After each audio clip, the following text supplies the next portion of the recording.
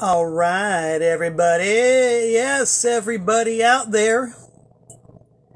It's time to get up and get down. Because Malcolm Tent is coming to yo town via the wonders of Facebook streaming. We're going to see if I can get this thing framed properly here. Because I am doing this thing live with a brand new telephonic device, and I have no idea how it's working.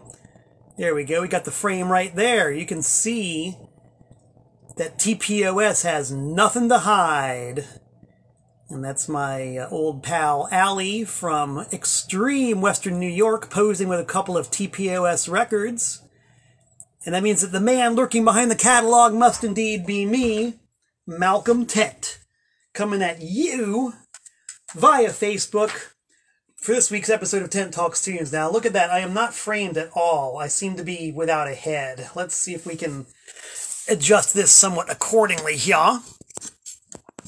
I'm keeping the classic tradition of cable access television alive here. I'm using only the cheapest equipment.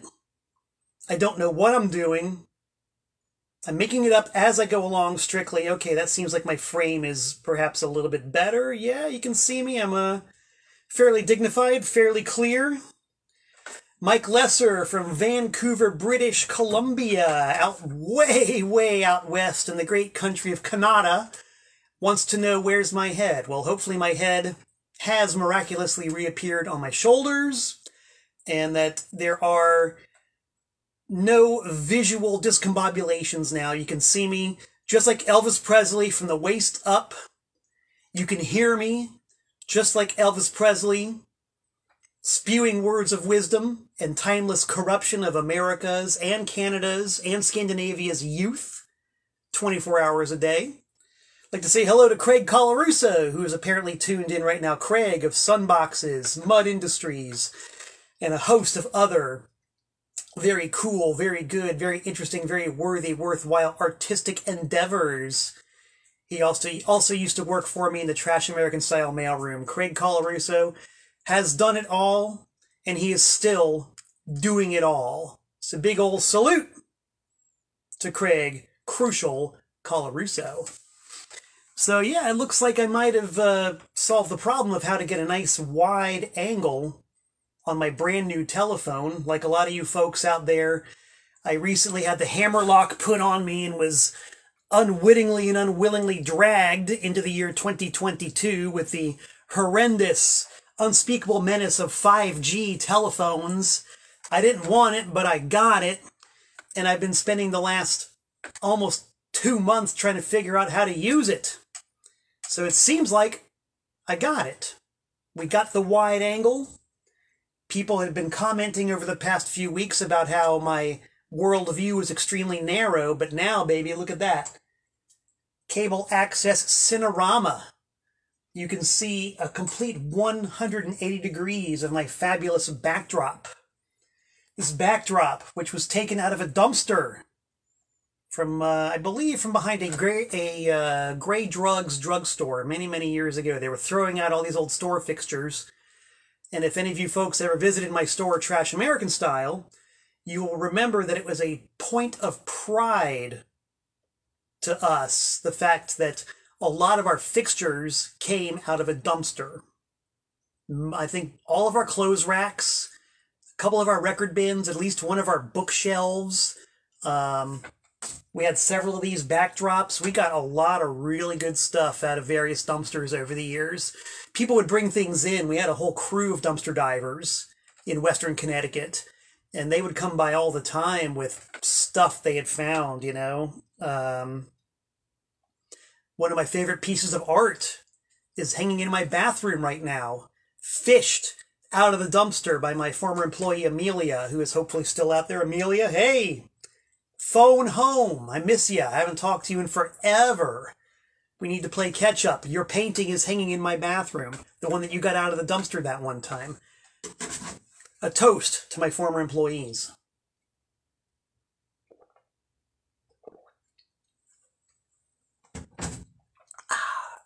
I think probably the best dumpster in the entire area, and I'm sure that it's not a great dumpster anymore, but for a long time, there was an Odwalla factory somewhere in extreme eastern New York State. I don't know exactly where it was, but one of the dumpster dive crew found this place, and he would come into the store sometimes with like cases and cases of Odwalla bars and cases and cases of Odwalla protein drinks and fruit juices. They would just chuck this stuff in the garbage once it had reached the expiration date, but they were perfectly fine, you know?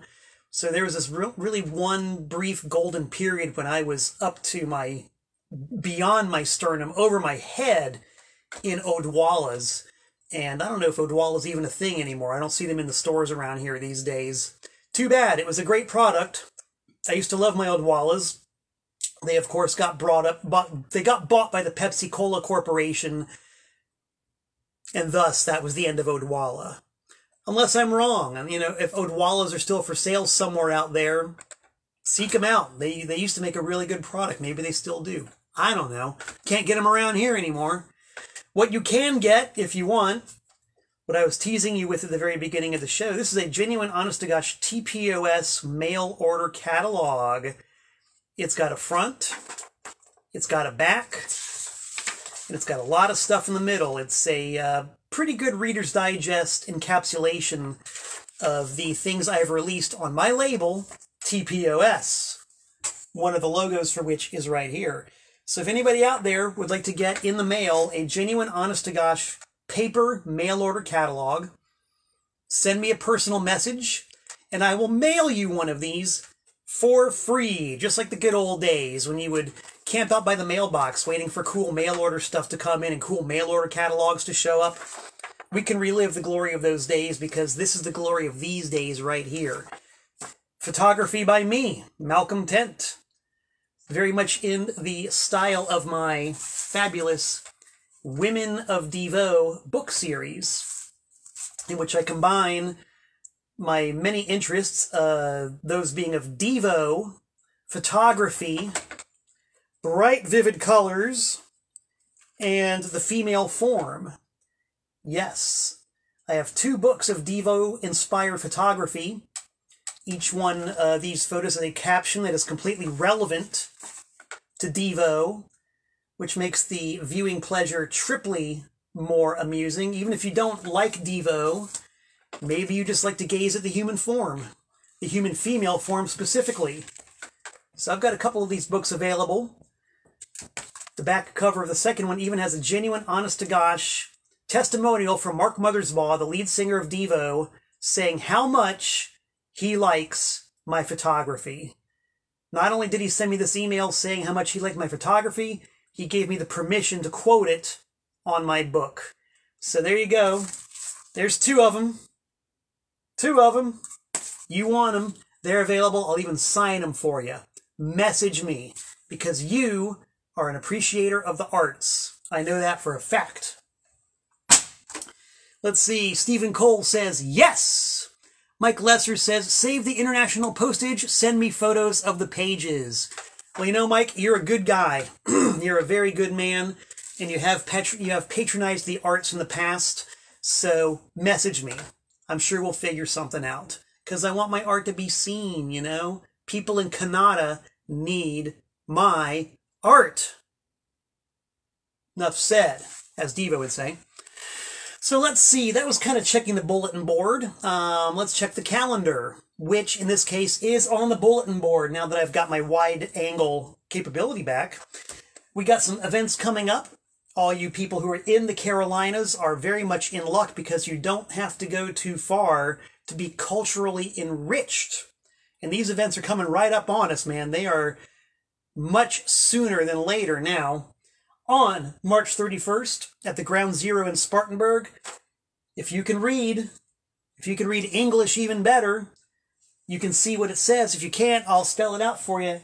Wednesday 13, Anti-Scene, and then the Black River Rebels, and, see, I can't really read without my dollar store specs. Ah, Blackwater Drowning, yes. Anti-Scene, Wednesday 13, and a host of others at the Spartanburg venue, Ground Zero, March 31st. Don't miss it. But just in case you do, next day at Reggie's in Wilmington, North Carolina, we've got Anti-Scene, our good friends Knowledge is for Fools, and our other good friends Street Clones. That is a 1, 2, 3 knockout punch. And if you've got the gumption, you can have 7 knockout punches in 2 cities over 2 days in the Carolinas. Don't say you weren't given the opportunity. I just told you all about it. If you go to antiscene.com, the official Anti-Scene website, you can see virtual versions of these flyers, or the Anti-Scene Facebook page, or the Jeff Clayton Facebook page. A toast to rockin' and rollin' all night, baby, and partying every day.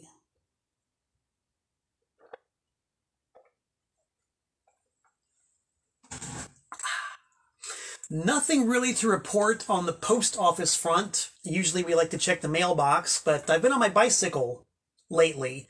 The weather in Connecticut is absolutely come back to life gorgeous. Today was 60 degrees and sunny. So I've been hopping on my bike and running all of my errands, which does not allow me to go to the post office because the ride to the post office for me on the bicycle is on a very busy, very treacherous road. But my ride on the bicycle to the other errands I have to do are on a quiet, nice, easy ride. So I've been doing all my erranding on bicycle, but not going to the post office. So I have no show and tell in the mail department. Sorry, guys. Next week, I think I will. Because I have to get in my car at some point and drive that way. Some point. So there you go. We've checked the calendar. We've checked the bulletin board. And there is no mail to check. So we're going to get right down to the vegan meat of the matter. And that is, of course, Tent Talks Tunes. I have a message from Johnny Perkins who says he was at Hale Records in Covington, Kentucky today. And they had many of my fine TPOS products. Grabbed the first Malpractice single. Thank you, Johnny, for exhibiting such good taste. And thank you to Hale Records in, I don't know if it's Covington or Covington. I'm not from around there, so you got to bear with me. Covington and or Covington, Kentucky. Thank you for carrying my stuff. And that's for all of you folks out there. TPOS is represented at many, many, many fine record stores internationally. So go to your local record store. Demand that they sell TPOS products. Make them happy. Make yourself happy. Make me happy. I gotta drink more water. Callie says, rock and roll all night and part of every day.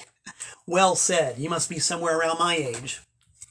All right, so here's the deal, man. I had some requests from people saying, Tent, you prickly old pear of a human being, when are you going to sell us some stuff? You go on every single week and you talk about records, but they're always from your personal collection. They're always about your opinions, but you never give us a crack at some of the goodies. Well, today I'm going to give you a crack at some of the goodies. So, backstory. I don't assume that you all know my backstory, so I'll explain it to you in brief. For 21 years in Connecticut, I had a brick and mortar record store. Many people humbled me and flattered me by saying that it was the best record store they'd ever been to. I'm not going to argue. You think I'm going to argue with that kind of flattery? No way, baby. That's what they told me. I'm not going to fight it. I know that personally, if I walked into a record store like my record store, I would have definitely thought it was the best record store ever. You know, it's kind of like being in a band. If you don't believe that your own band is the best band ever, then why are you doing it? You know, if the band you're in does not suit your every need and scratch your every itch, then why are you doing it? That's just the way I see it. You know, it's like, it's all about total satisfaction. So in my opinion, Trash American Style was the best record store that I ever created and worked at behind the counter. Fact. So, back in the year 2007, almost exactly 15 years ago, the landlord unceremoniously chucked us out. It wasn't very nice. It wasn't very pleasant. We had a great 21-year run, but that would not stop me. Trash American Style lives yet. In fact, my entire basement is set up like a record store. I took all the bins from Trash American Style and all the records and simply moved them home. And now I sell records from home. And periodically, I like to go down into the basement and grab a stack of wax and talk about them. And in this case, I'm going to offer them for sale. And of course, the beauty of this is that we are right here in the great state of Connecticut, in the wonderful land of America. You can use your freedom of choice, baby. You don't have to buy a darn thing if you don't want to. If you do, talk to me.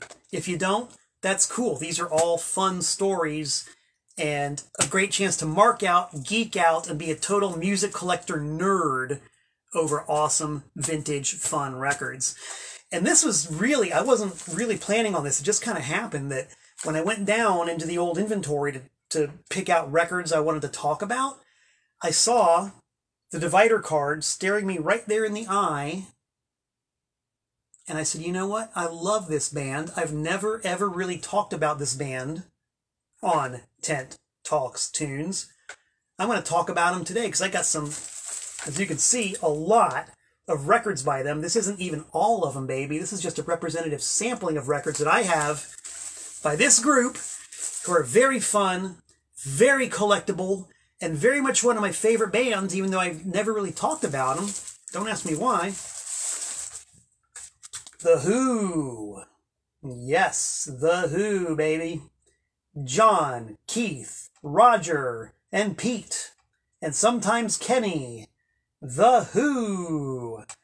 I love these guys. I really, really do. And even if you don't like The Who in particular, just from the sheer record collecting standpoint, there's a lot to sink your teeth into with these guys. I mean, because, you know, you figure a band that's been putting out records since basically 1964 has got all kinds of collectible variations and weird pressings and international variants and label differences and just all the things that make record collecting an awful lot of fun. So we're going to start with the second album in the Who catalog, because I don't have any copies of the first. The second one, which is flashed at you, in the U.S., known as Happy Jack, named after the song Happy Jack, which was almost a hit in the U.S. circa 1966.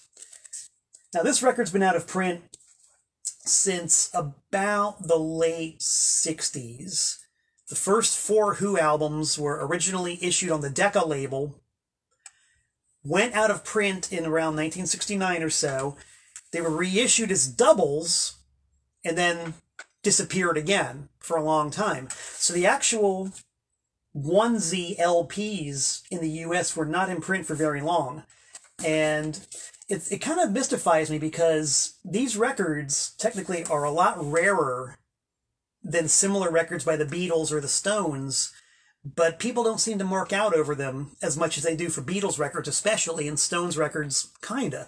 The Who records always seem to slip under the radar in terms of collectability, but I love them. I mean, you really don't get to see this large, full-sized graphic very often. The version that I grew up on, going to the record stores in the late 70s and early 80s, was the double album reissue that had this album and the My Generation album. So all you could see when you went to the mall or the record store was like a black generic cover with the 2 album covers very small on the bottom and the album titles very big on the top. The first time I ever picked up this album and saw the full-sized album cover, I kind of almost fainted a little bit because you just didn't see it. You just couldn't get it. And as we can see, it is on the original Decca label. All of their stuff, when it was reissued, was on the MCA label. And what I've noticed is that when I do find original Who records on the Decca label, they're usually beat to death. People definitely played their Who records, and they played them on really cheap record players and roller skated on them and let their dogs chew on them and let their cats scratch on them. So it's hard enough to find original Decca pressing Who records. Harder still to find them in great shape. This one's in great shape. All the ones I'm going to show you today, with one exception, are in great shape. And, you know, stereo, I honestly don't recall coming across... Well, actually, this one I think is mono. All right, I'm going to take it back. This one is mono. Nope, I take it back. Stereo. It is stereo because Decca's got the stereophonic heading on the top, which I never seem to be able to see. I don't honestly recall seeing any of these records in mono. I might just prove myself wrong. But stereo, OG, circa 1966. It's got the front. It's got the Decca Records graphics department giving it their best shot on the back. It's called Happy Jack. And it's a great record. It's got not only Happy Jack. What else is on this thing? Run, Run, Run. The entire rock opera suite. A quick one while he's away. Whiskey Man, one of my very favorite John Entwistle compositions. I think John Entwistle was a brilliant songwriter and came up with a bunch of my very favorite Who songs, including Boris the Spider, which is also on this one. And one of the very, very few songs that Roger Daltrey ever wrote, which is called See My Way. It's even got a couple of Keith Moon compositions on it. The story was, the record company wanted an album out of The Who pronto, so they pressed the other three members of the band into service to write songs. Only time that ever happened. You will find more representations of songs by other members of The Who on this album than any other album in their entire catalog. True fact. And the John Entwistle songs, of course, are great. And the Keith Moon songs are pretty good, too. And so is the Daltrey song. Almost makes you wonder why they didn't write more. Politics, I suspect. Let me lean on over here and click my screen, because I got some people messaging me, and I don't have the wherewithal to reply right now. James Pogo says his name is Ivor. He's the dirty old sooty engine driver. Yes, the protagonist of the title track of, not the US pressing, but the UK pressing. In the US, it was called Happy Jack. In the UK, it went by its original title, A Quick One. And you can imagine that in the US, trying to release an album called A Quick One wasn't going to fly. If y'all think the morality police are bad news now, some of us remember what they were like back then. You could not even release an album called A Quick One in 1966 in the US. You could in the UK. And here's where the subtle differences come into play, and this is what makes this thing so much fun. The US version, not only having a different title, has got more of a Decca Records in-house production value to the logo and the fonts, whereas the UK pressing has much more of a mod 1966 English look to it. The layout and the font are just a little bit more subtle and maybe a little bit more artistic. And then for those of you who really like to keep track of the differences, here you've got the back cover of the US version put together by the record label. And here you've got the back cover of the UK version, which most likely had more input by the Who and or their management and or their artistic team. This UK version is a lot closer to the original vision of the band. It's also interesting because it was on a very short-lived label, hope you guys can see this, called Reaction Records. Dig the font. Hope you guys can see that. That is absolute pop art at its best. That is a logo from 1966. I'm going to zoom in and hopefully you can see this. Hopefully my phone is a little more cooperative with the zooms than my old camera used to be. That's just a beautiful, beautiful pop art logo with a classic UK label layout.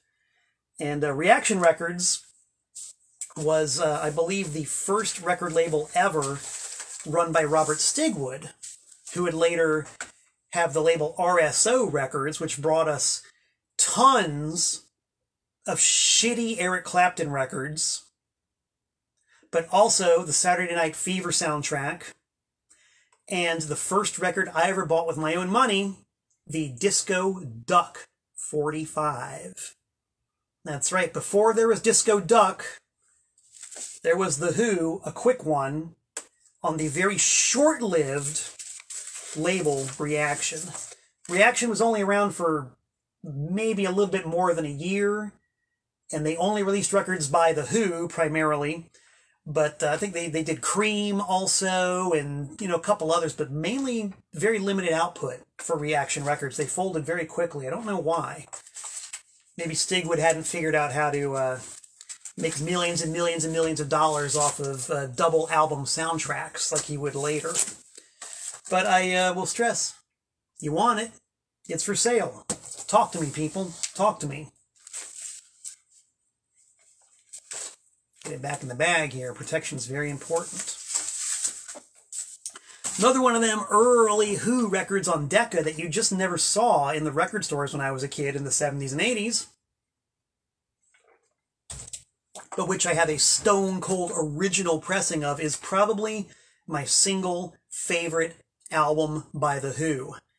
Let's see, John Mahoney is chiming in there, and he says, Boris, comma, seriously? Question mark, exclamation mark. I don't know what that means. What's wrong with Boris? Song rules, dude. It rules. Anyway, my favorite Who album, The Who Sell Out. Classic front cover. Classic back cover. Which I will stress you just never saw in full size as an album on its own in the record stores of the 70s and the 80s, or the 90s, or the early 2000s for that matter. I'm sure it's been reissued since then in the, the clogging of the record pressing plants with all the reissue mania. It's just probably come out as is, but literally for decades, you could not get this record in its original form. It's such a great record, man. Every groove on this record is a killer. Armonia, City in the Sky, Marianne with a Shaky Hand, I Can See for Miles, Roto Sound Strings, Rael, Relax. Best Who album ever. In its original form, on, you guessed it, that somewhat aesthetically displeasing, yet interesting original Decca label. I think part of the reason why these Who records never really took off was that Decca was definitely a second-tier record company, as was its parent company, MCA. They were both absolutely not world-class, first-rate record companies. In fact, they pretty much had hits in spite of themselves. They were very strong in the easy listening market. Excuse me, they did pretty good with country western, but they had no feel whatsoever for rock and roll. So the fact that guys like Neil Diamond and Elton John and The Who and Lynyrd Skynyrd had hits on MCA and or Decca, I think was just mostly accidental.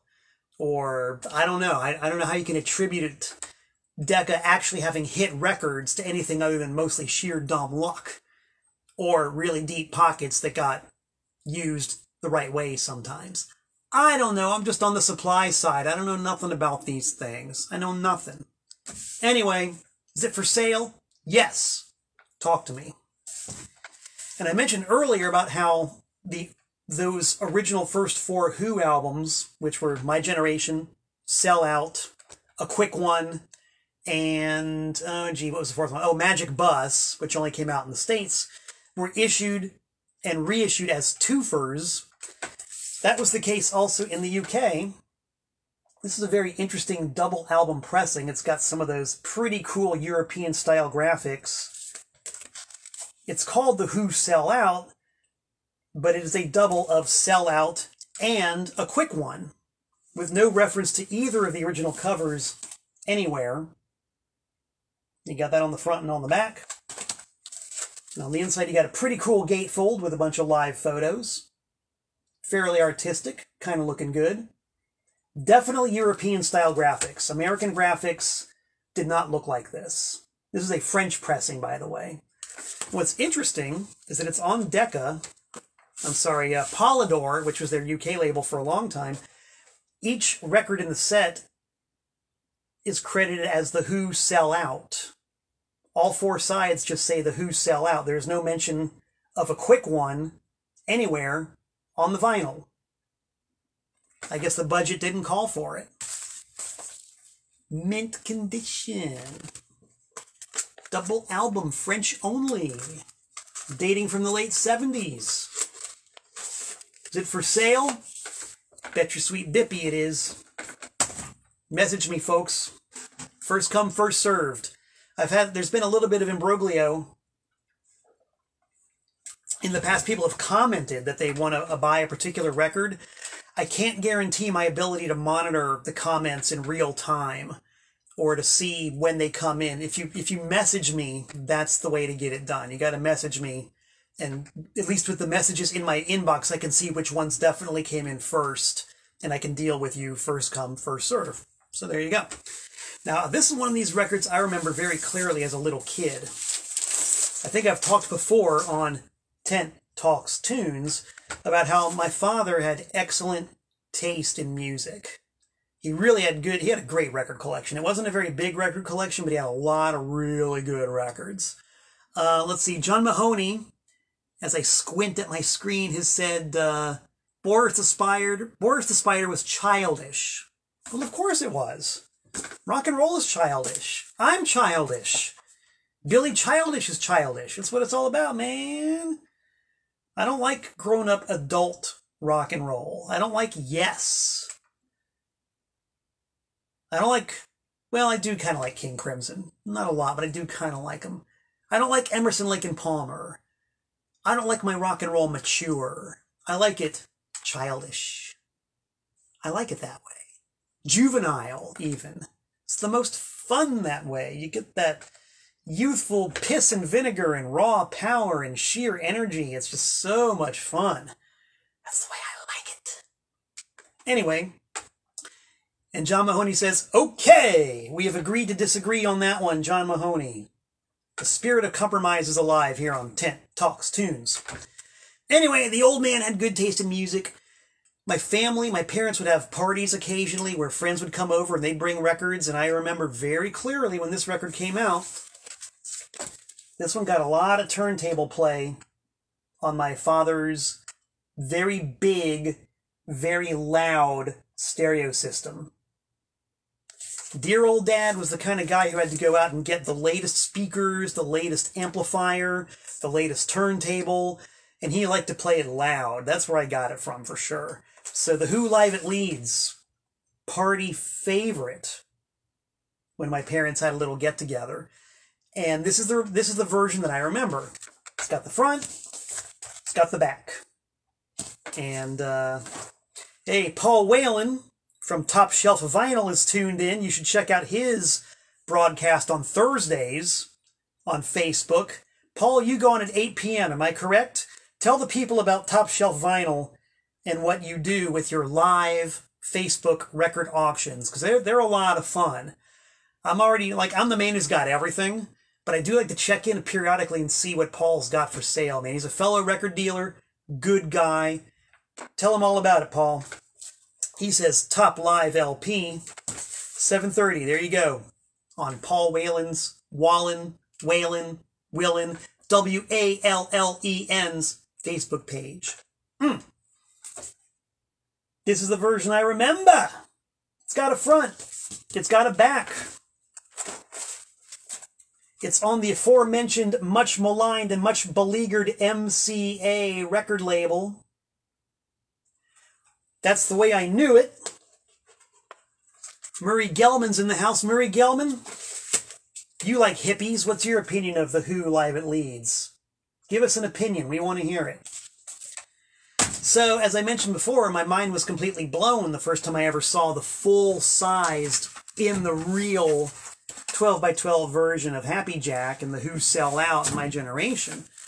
Imagine my surprise the first time I picked up one of these suckers, the original version of the Who Live at Leeds, which, yes, it's got a front, Yes, it's got a back, but you can see already the back of that one doesn't look like the back of this one. It's different. For one thing, it's on the other beleaguered label, Decca. The version I grew up with when I was a kid is just a plain old regular one-piece record sleeve. No frills at all. Practically generic.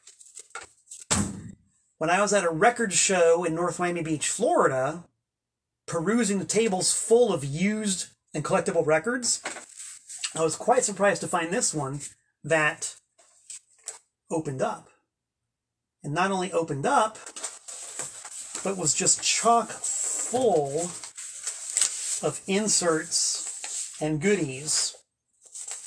12 pieces of fine, fun, printed matter. Lyric sheets, contracts, photos, bills, rejection letters, poster, 12 inserts tucked into a really neat gatefold sleeve so that it kind of looks like a press kit or a file clipping. Pretty damn hard to find these with all 12 inserts intact. Guess what? The copy that I'm offering for sale right here, right now, has got all 12 inserts intact and in great shape. It's the way I demand that they be. And I, by the way, I forgot to offer this little bit of a disclaimer, ever so slight bit of a disclaimer. The copy of The Who, a quick one, that I was waving around rapidly, this one is not in mint condition. It's got some surface scratches and scuffs, but I was playing it earlier today and it sounds great. Surface noise and damage is at a minimum. So I'm just going to give you this little bit of a caveat. It doesn't grade mint visually, but it plays solid VG plus when you put the needle on it. And it sounds awesome with that British mastering. Got the disclaimer out of the way. This is in great shape. And not only does it not have the MCA label that I grew up with, it's got the original custom Decca handwritten label. One of the very, very few Decca custom labels I've ever seen. This might even be the only Decca custom label I've ever seen. So think about that. Okay, we just got a personal message that popped up on my screen from my main man, Larry Mann. Larry Mann says, "Hit me. We'll talk about you and it and the records in a few minutes, Larry. Don't you worry none. I got you all took care of." So let's minimize that. And I do see John Mahoney. John Mahoney, I think I can help you as well. I think I can help both John Mahoney and my main man, Larry Mann. No worries, kids. Because remember what I said earlier, this ain't all of them. I might have enough to help all you guys. So we've gone out of the Decca era of The Who and moved into the Track Records era of The Who. Track was kind of like Reaction Records. And Greg, my old man Greg, is just tuned in, says that he wants the Reflex from Pain Flexies. Oh, man. The true Connecticut hardcore kid lives forever. And Greg is a good example of that. Greg, are you going to tell me that you don't have a Reflex from Pain Flexi? Come on. Seriously, dude, come on. Really? Come on. You make me drink, Greg. You're driving me to drink. Danbury tap water, as always.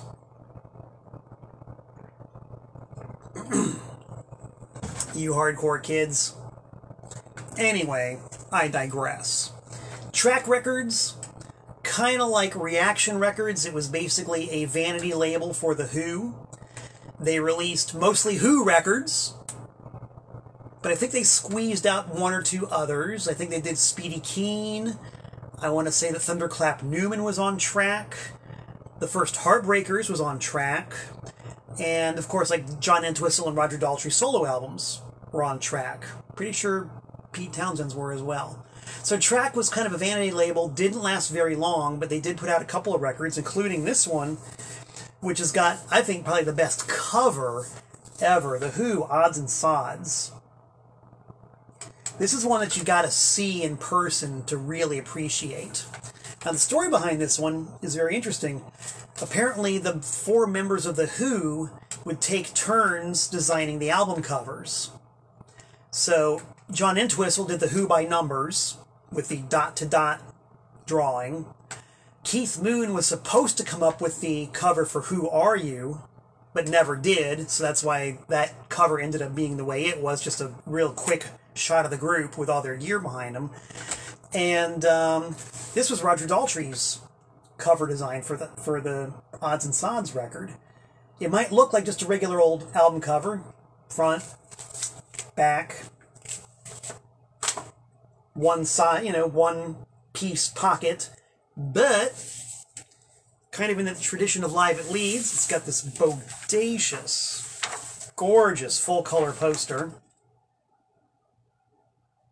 which was later used on a bootleg LP. It's got a black and white insert with all the lyrics and stuff.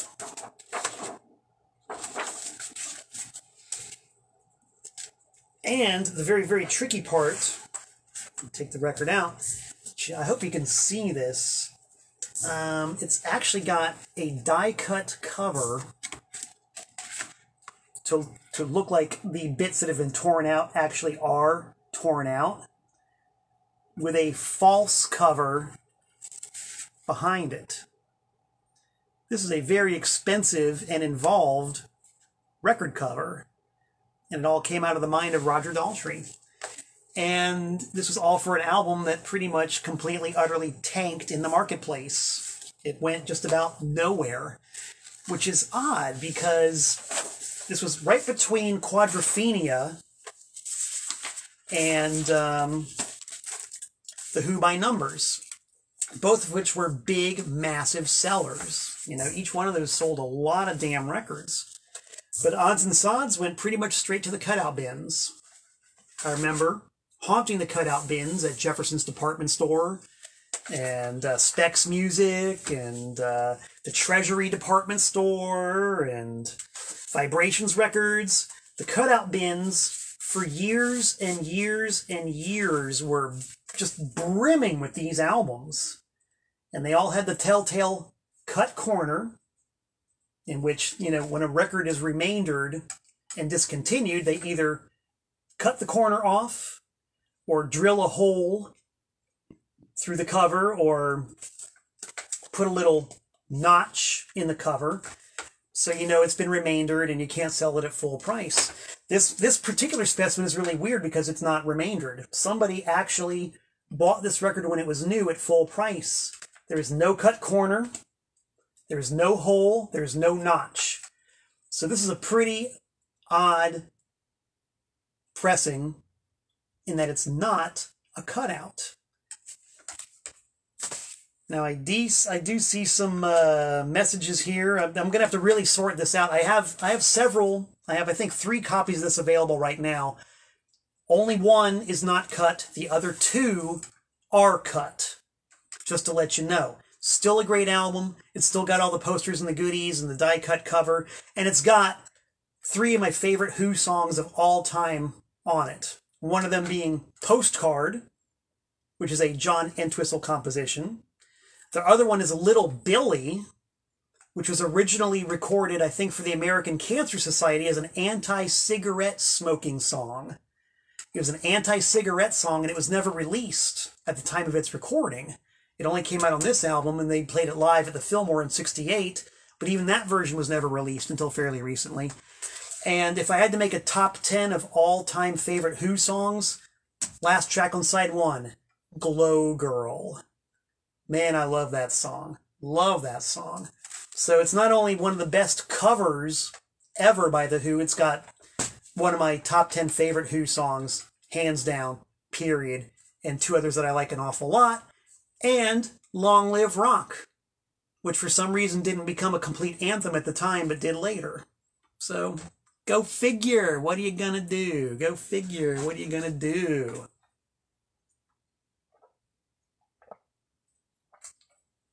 The messages are popping up.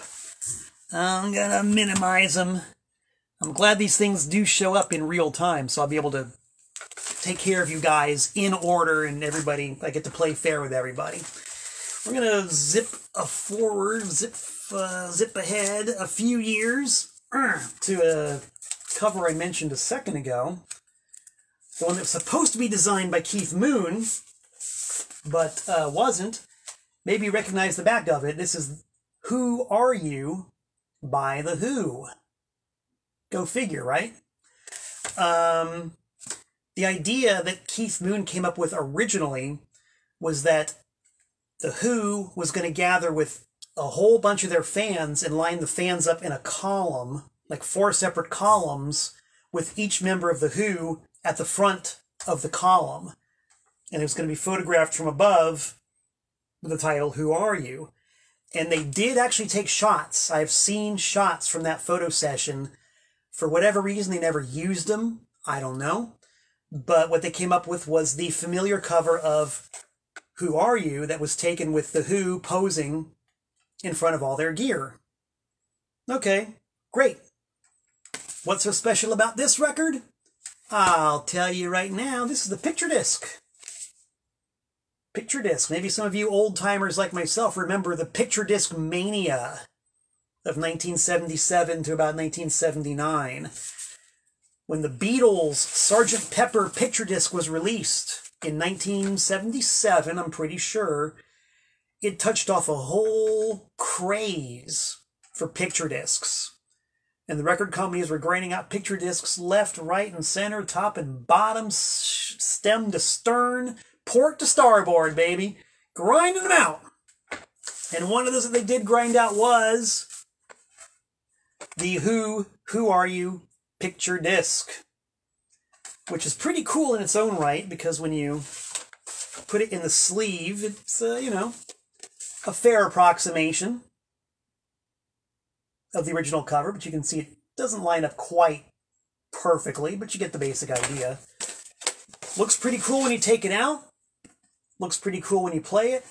And the back has got this great shot that I think it appeared on a UK 45 maybe a couple of years later for some title. But at the time, this was a completely unseen shot of The Who. And it's a really good picture. I really, really like this photo. It really, I think, captures the essence of The Who and their personalities at that time and that place. It's essentially 4, let's say 3 very unhealthy looking dudes in a bad mood, and one guy who's a lot healthier than the others, but still in a bad mood. Because these guys did not like each other. They did not want to be in the same room with each other. They probably did not enjoy having their pictures taken at all. Kind of the same on the front. Townshend especially looks pretty rough. Pretty green around the gills. But that's the picture disc, kids. And that's also, of course, in the for sale column. Message me, people. Talk to me. First come, first served. I will hook you up as best as I possibly can. Promesa. Now, the picture discs, even though this is in mint condition, the picture discs of the late 70s quite often had a little more surface noise than your average pressed vinyl. I played this one earlier today. Sounds pretty good. It does have a little bit of crackle sometimes in the quieter parts, but it plays pretty well. Especially considering how lousy some of the picture discs did sound back then. This one sounds pretty good. I was able to listen to the whole album and not puke. Very good sign. Very, very good sign. Let's drink to the almost 50-year technology of modern picture discs. A toast of Danbury tap water.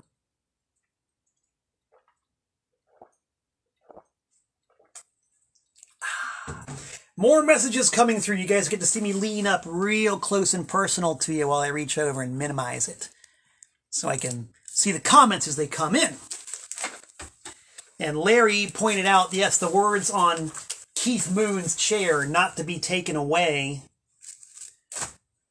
I don't recall if he died before the album even came out, but it was very soon afterwards. Lots of irony there, kids. Okay, this next one is a real hobby horse of mine. This is an album that, once again, was not a great big hit. It went straight to the cutout bins. And here is the telltale notch that I told you about when an album is remaindered.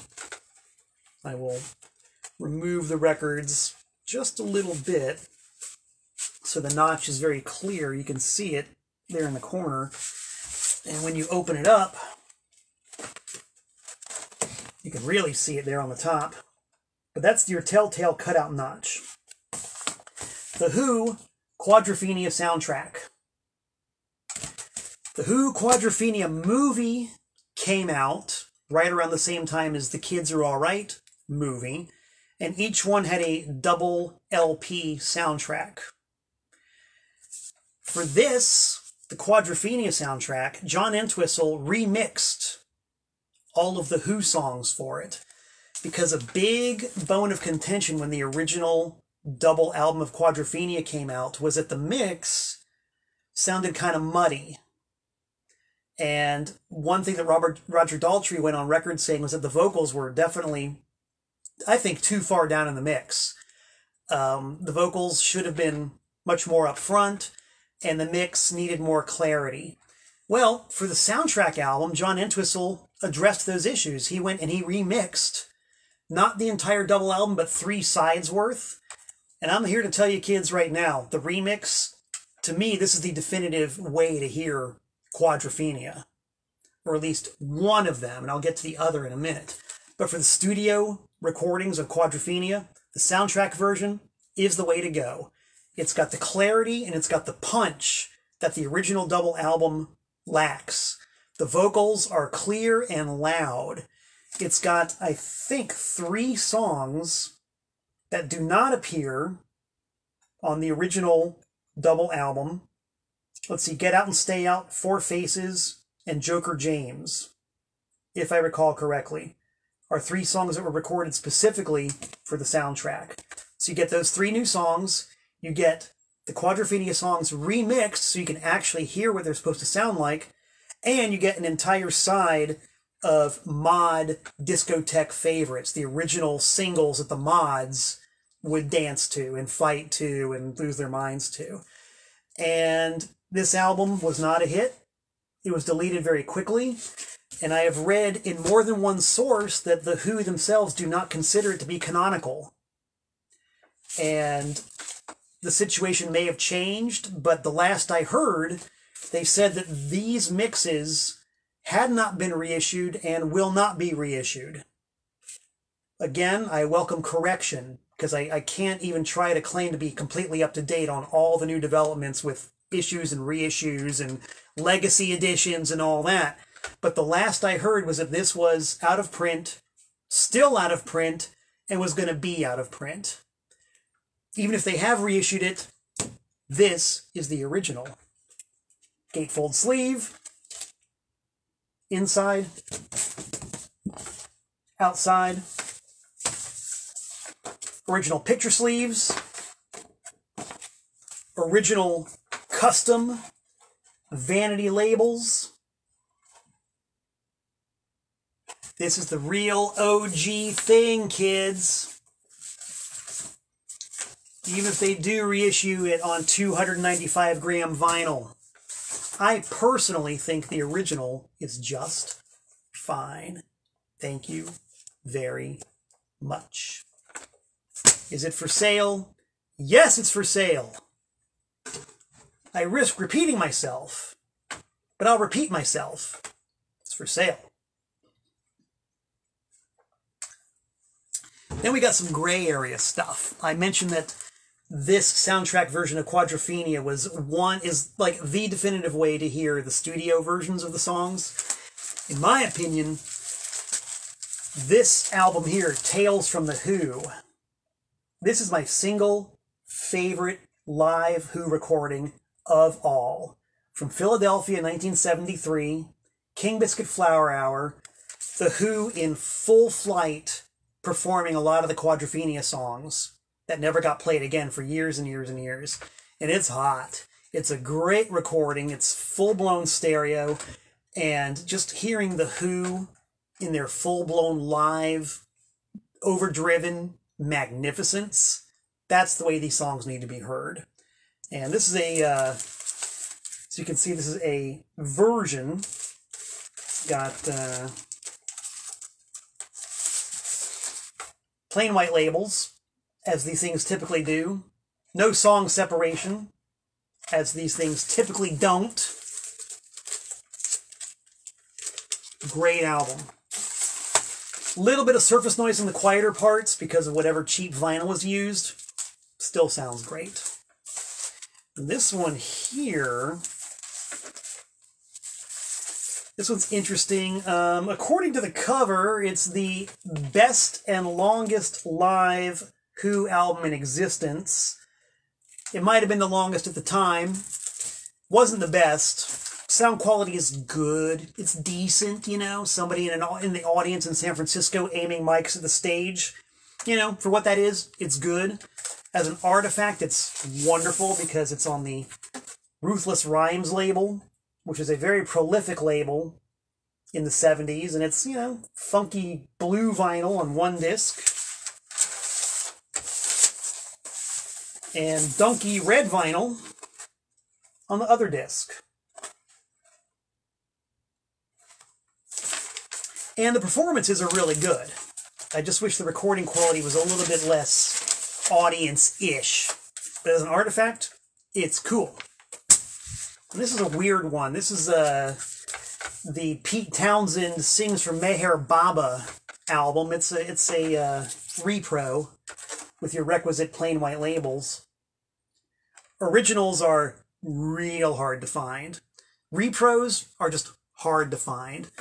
And I can't show this on the camera because it won't show up, but this has got a really interesting matrix inscription. It's a machined matrix inscription in a straight line instead of a handwritten matrix inscription curved, which hopefully, if you're as much of a record geek, means something to you like it does to me. Your average layman or laywoman probably does not care one way or another, but we, the collectors, are fascinated by this stuff. A machine-stamped matrix inscription as opposed to a handwritten curved one. Very interesting. Very interesting. Is it for sale? Damn tootin'. And we got this one, which, according to the back cover art, is probably a knockoff of a Corny Phone album. Total hodgepodge of sessions and live stuff and demos and whatnot. Great full-color front cover. Which, if you can see, it's got a little bit of bending on it, but it's intact. It's in pretty decent shape. And just a great example of this particular aesthetic. Very, very nice. On the Phoenix label, which turns out was actually the trademark of Quality People, just in another guise. And that this most likely was pressed from original TMQ plates. Pretty cool. And the last one I got is a cutting-edge example of early 80s graphics technology. Sometime, looks to me like in the early 80s, somebody went through a lot of trouble to create this wonderful black and white computer graphic for an album called Obscure and Oblique, which has a lot of demos and studio work and stuff like that on it. And really good sound quality, too. But I just love that cover art. That was so ahead of its time. In the early 80s, I harken back to my high school computer graphics class when we had a room full of kids sitting at Radio Shack TRS-80 computers trying to do computer graphics. And, you know, even something like this was way beyond what you could do with a computer in 1982. But somebody was able to do it probably a couple years later. And it's got that really great lo-fi look to it. Double album, as was the one I just showed you, with the requisite blank labels. And that is all I've got to show you today. Like I said before, I got more. And it is my hope that from the people who've messaged me, I hope to be able to hook everybody up with what you wanted. Can't guarantee it because it's first come, first served, and some of you guys were really fast on the trigger. So I'm going to sign off and tend to the messages and tend to business. Maybe next week I'll bring out all the 45s, because I got a lot of 45s by the Who. Really cool stuff. Really cool stuff. So yeah, I might do that. As always, I want to thank you guys for tuning in. Tent Talks Tunes is a great way to keep me out of trouble on a Wednesday. I really appreciate it. Hope you guys appreciate it. I want to thank you for tuning in every single week. Lord willing and the creeks don't rise, I will be back in about 167 hours' time. So, until we meet again, this is Malcolm Tent saying so long from the Nutmeg State.